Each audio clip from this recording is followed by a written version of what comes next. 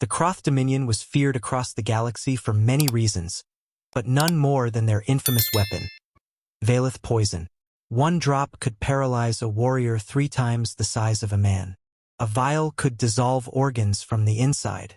It was not a blade, not a plasma rifle, not even a bomb, but a venom so perfected that no species had ever survived contact. Armies surrendered at its mere mention. To be captured by the Kroth was to face a slow, horrifying death by their poison. When the Galactic Council convened to discuss humanity's admission into the fold, the Kroth delegates sneered.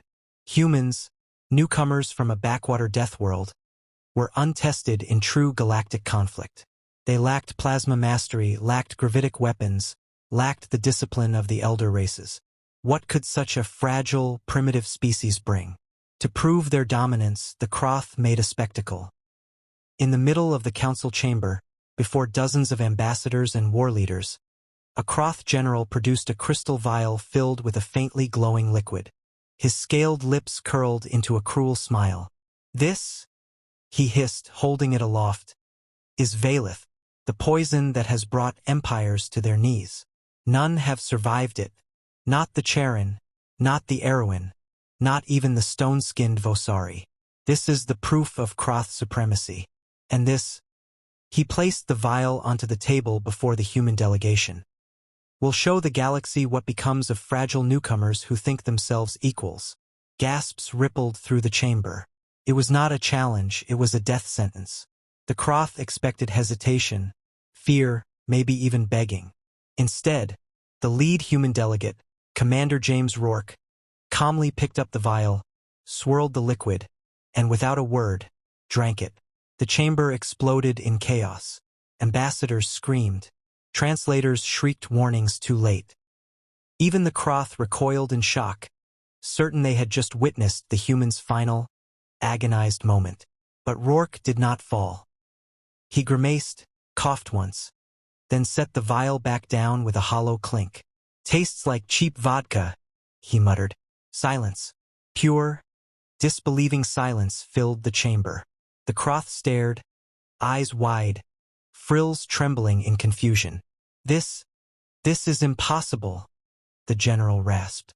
"The toxin destroys neural pathways in seconds. It melts the inner organs. No one survives." Rourke leaned back in his chair, utterly unfazed. "On Earth," he said casually, "we live with worse. Our oceans are full of creatures that kill with venom 1,000 times stronger. Our jungles are crawling with serpents whose bite can stop a heart before you can scream. Our air, water, even our food, half of it is poison to something. But we learned. We adapted. Some of us even drink it for fun." The human beside him chuckled. "Alcohol, nicotine, caffeine, capsaicin, you'd call them toxins. We call them breakfast."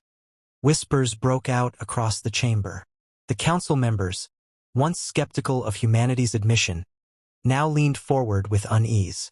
The Kroth general staggered back, shaking his head in denial. "This cannot be," he bellowed. "No species survives Veilith." But Rourke's steady gaze never wavered. "Maybe no species you've faced, but we're human. Our entire history is survival against a hostile world. We don't fear poison. We build immunity. We weaponize it. We thrive on what should kill us." To punctuate the statement, he poured the remaining drops of the glowing liquid into a glass of water and raised it in mock salute before downing it again. Gasps filled the chamber once more. Yet Rourke only exhaled, his face calm, steady, even bored. "Congratulations," he said softly. "You've just shown the galaxy the one thing more dangerous than your poison, us." The Kroth delegation left the council in silence that day, their reputation shattered. What had been their greatest symbol of terror was reduced to nothing in the span of a single sip. But across the galaxy, whispers spread quickly. Of the humans who drank the unbeatable poison. Of the species for whom danger was not death, but a challenge. And in that moment, every empire, every warlord, every counselor realized a new truth. If poison itself could not stop humanity, then nothing could.